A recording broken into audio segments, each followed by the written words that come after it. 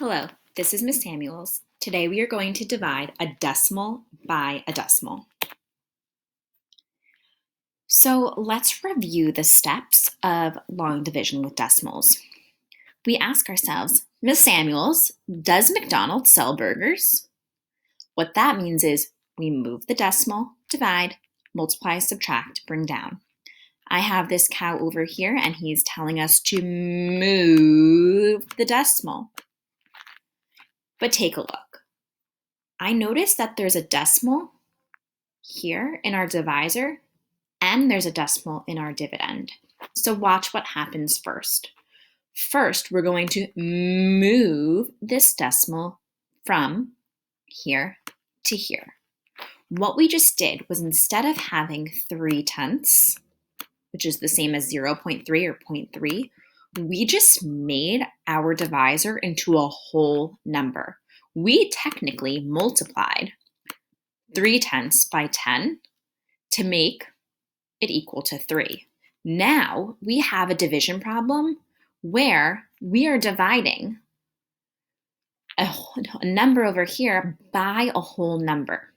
But what happens is if we are changing or multiplying our divisor by 10, we have to do that same thing to our dividend or the number under the home. That means if we moved this decimal over one time, we need to move that decimal over as well one time to the right. Then we still need to move it up. A lot of moving our decimal. That's why we have this cow to remember. So first, we moved our decimal from our divisor to make it a whole number. If you do it to the outside, you have to do it to the inside as well. Meaning if you moved it over once, you need to move the decimal over once inside your dividend and then move it up. Now we just do our division as normal. 3 goes into 4 one time. 1 times 3 is 3. Subtract, bring down. Again, you can review my long division YouTube video if you need a refresher. And you can also review my long division where we divide a decimal by a whole number. We end up with an answer of 14 2/10. Let's check with an estimate. So we change this number to 42 6/10. That's very close to 40. Let's just make our 3 a 4. Again, we're just trying to ballpark to see about where our answer should be.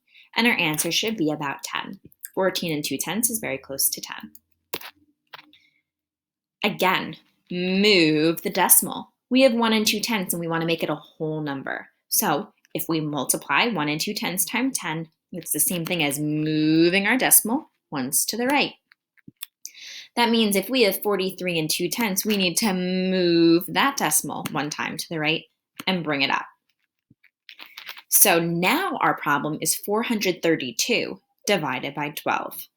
I can rewrite that without the decimal points because we have now made our divisor a whole number.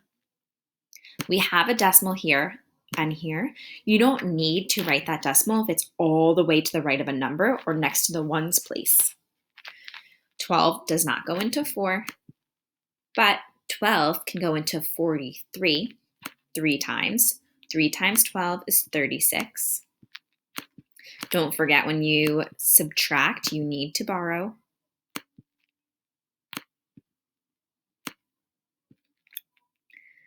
12 goes into 72 6 times. 6 times 12 is 72. Subtract, and you end up with an answer of 36.